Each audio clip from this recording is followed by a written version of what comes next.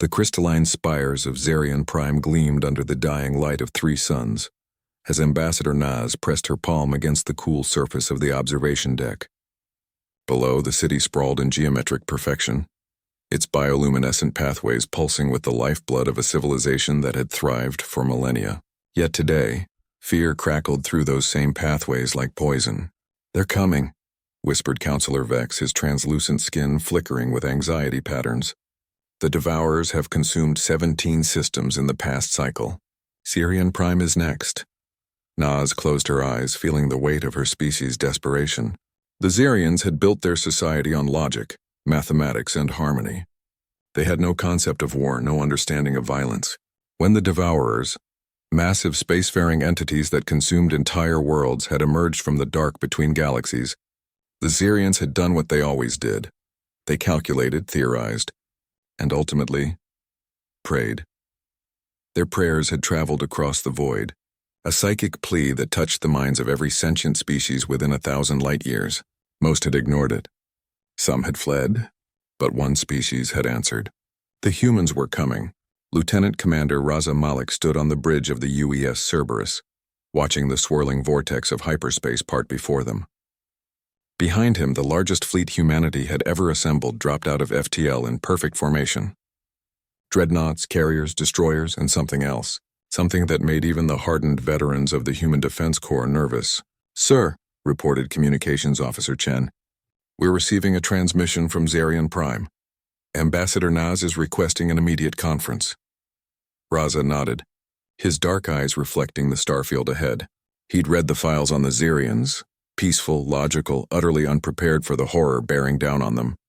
What they didn't know was that humanity's answer to their plea came with a price that even humans themselves barely understood. "Put her through," Raza commanded. Naz's holographic form materialized on the bridge, her ethereal features marked by exhaustion. "Commander, we are grateful beyond words for your response. Our calculations show the Devourers will arrive in 47 standard hours. Can your fleet—" "Ambassador," Raza interrupted gently, "we didn't just bring our fleet." The view screen shifted, showing the massive cargo vessels that dwarfed even humanity's largest warships. Each one bore the symbol of the Biological Warfare Division, a red helix wrapped around a black star. Naz's skin paled to almost transparency. What are those ships carrying?" Raza's expression grew grim. "Evolution's mistakes. Nature's rejects. The creatures that Earth spent millions of years trying to forget." He paused, studying her reaction. "Ambassador, when humanity learned to travel the stars, we didn't leave our monsters behind. We brought them with us." 46 hours later, the Devourers arrived. They emerged from dark space like living nightmares, kilometer-long serpentine entities with hides that absorbed light itself. Their maws could crack moons, their psychic screams drove lesser species mad. They had consumed civilizations that were ancient when humanity was still learning to make fire. The Zarians watched from their cities as humanity's fleet engaged the creatures in high orbit. Energy weapons that could glass continents barely scratched the Devourer's hide. Kinetic rounds that could shatter asteroids bounced harmlessly off their scales. For a terrifying moment, it seemed that even humanity's vaunted military might would prove insufficient. Then the cargo bays opened. What emerged defied classification. Creatures that Earth's fossil record had mercifully forgotten. Apex predators from alternate evolutionary paths, enhanced with human biotechnology and driven by millions of years of refined killing instinct. The megalodons with cybernetic enhancements that let them swim through space. The Tyrannosaurus rex, genetically modified to survive in vacuum, their roars causing physical damage to ship hulls. Prehistoric arthropods the size of destroyers, their chitin armor integrated with human alloys, but it was the Kraken that truly turned the tide. Naz watched in horrified fascination as the massive cephalopod, easily 3 kilometers from tentacle to tentacle, wrapped itself around the largest devourer. Where humanity's weapons had failed, raw biological fury succeeded. The Kraken's beak, enhanced with monomolecular edges, punched through hide that had withstood stellar radiation. Its tentacles, each one a living weapon, found purchase where technology could not.